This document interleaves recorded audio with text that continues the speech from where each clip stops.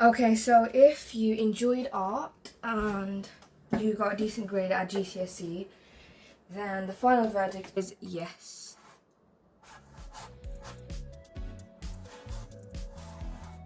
You should take A-level art.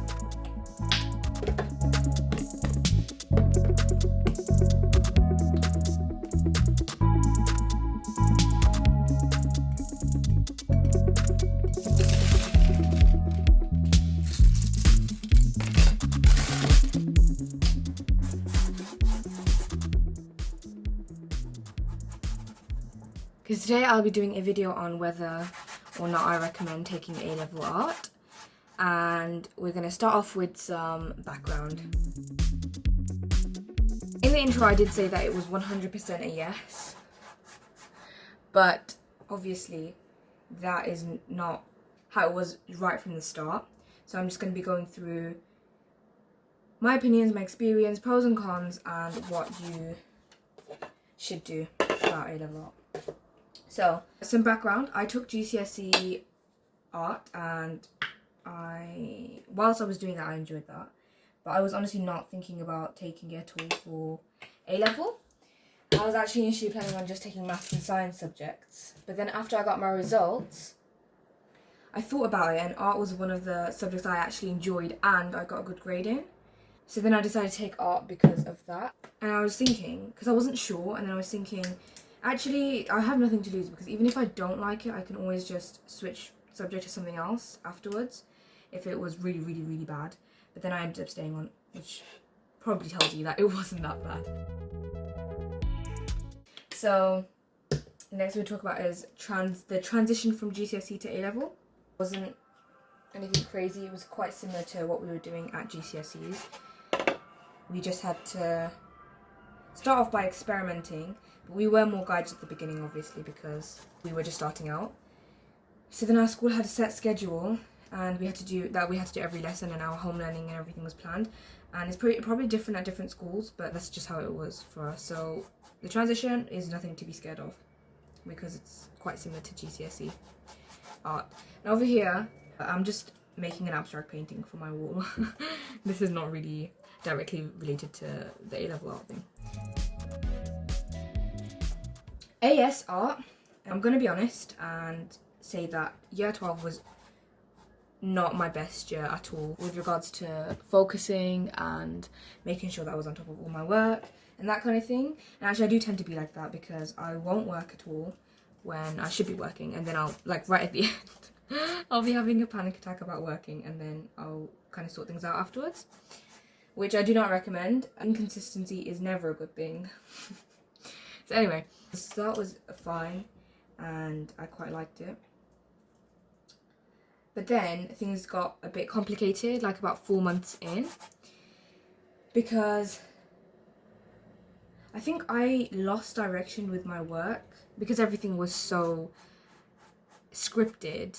I didn't really, it's not that I didn't have free rein, because we could do what we wanted as long as it was to do with our work, but it was a lot more guided than I would have liked it to be.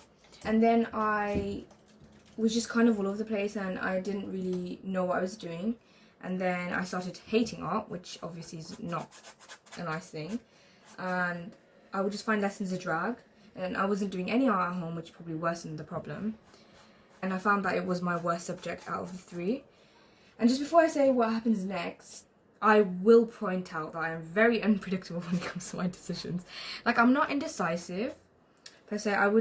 I make decisions and I'm pretty firm in my decision at the time.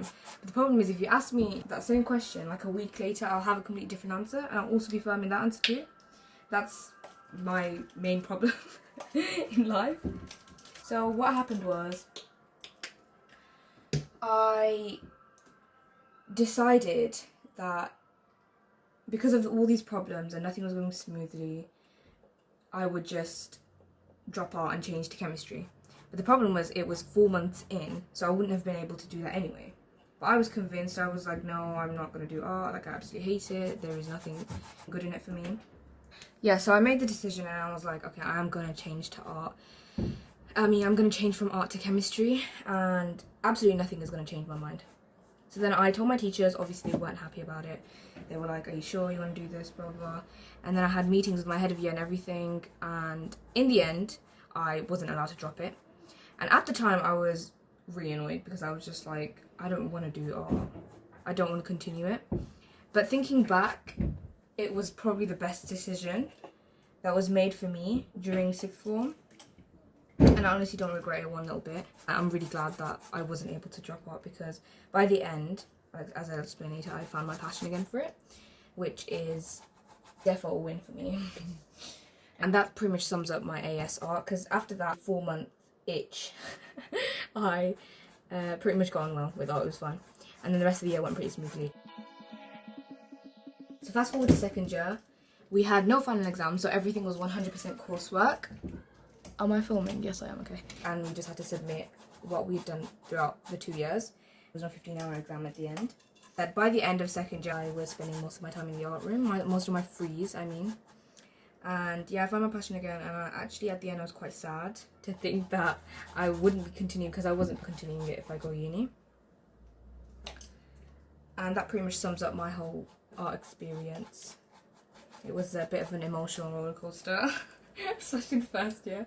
Actually, I remember just sitting one time in year 13 at the end, and just looking around our art department and just thinking, like, I'm actually gonna miss this. Like, how lucky am I to be able to be painting and drawing in school, whereas everybody else has to do, you know, boring actual school subjects. Having said that, I do quite like maths, but art is just absolutely elite. Yeah, and then I started thinking about the fact that I wouldn't study art anymore. I started to get a bit teary-eyed. This is what I mean, like last year, if someone told me within that 4 months that I would be behaving like this right now, I would have just laughed in their face and been like, there is no way that that would have ever happened. But look at me now, I'm like completely in a different world. Saying that I absolutely love art. I mean, it's not surprising because I have studied art for a super long time, and I've been studying it since year 7. But if we count it properly, like of how long I've actually been studying it for, it's been 4 years, because you start GCSE on year 10, right? So I've been studying art for 4 years. So it makes sense that I would have an emotional attachment to it. Moving on to the workload. Okay, so if you've done GCSE art, you know that art is not a subject that you can take lightly when it comes to workload, and A levels are pretty much the same. It is quite heavy, especially if you are aiming for the higher grades. It's not too much. There's this whole situation of art students having to pull all-nighters all the time, but I've actually never pulled an all-nighter for art, and it's not even because I am always like on the ball and doing everything like I should, because I'm not. I'm pretty much never on the ball when it comes to my work, and I'm always doing things last minute, but I've still never pulled an all-nighter. So I think that, well, personally, I think that is slightly exaggerated. You don't have to pull all-nighters and, you know, devote your whole entire life to art to get a good grade. I would say that you should be spending most of your frees, if not, then at least 3/4. And if not that, then at least a little over half of your frees should be spent in your art department or room or whatever it is that your school provides you with. Yeah, that'll be a good amount of time to spend. Obviously, it's true that quality is the most important thing when it comes to art, but actually, you need quantity to improve your quality. Like, yes, you will have a few very bad pieces and you're just like, there is no way I am including this in my work, but that's actually fine, because when you have those pieces that you're like, there's no way I'm including this, you'll find what you do want to include, and it's all just part of the process of finding your style. You don't have to include every single piece you do, and in fact I wouldn't recommend that you do include it. You should be selective about the work that you include, because that will give you your marks, picking out your best pieces that show you the highest levels of skill. Yeah, like I said, if you do things by being selective, it makes your work seem more intentional, and then you're likely to get more marks than if you were just to be haphazard and do whatever you please and submit anything that makes you look untidy and unprofessional. The final verdict is that I would personally say you definitely should take A-level art. If you have resonated with anything that I've said in this video, because even after my whole 4-month situation where I was just like, no, there's no way I'm continuing this, I came through it and I'm here and I'm fine, I'm okay. I haven't died or anything. I'm still very much alive, and in fact I am not only alive but I'm also loving art. So I think if you do go through the same thing that I did, just stick with it, because yeah, it is worth it in the end. At the end of the day, even if it is like an absolute horror, you can just switch like within 2 to 3 weeks. Your college or school, sixth form, whatever, will allow that. Yeah, there were a lot of people who switched in my maths class within the first 2 weeks. It's really not that deep, to be honest. Just give it a go. If you're considering it, you should definitely take it.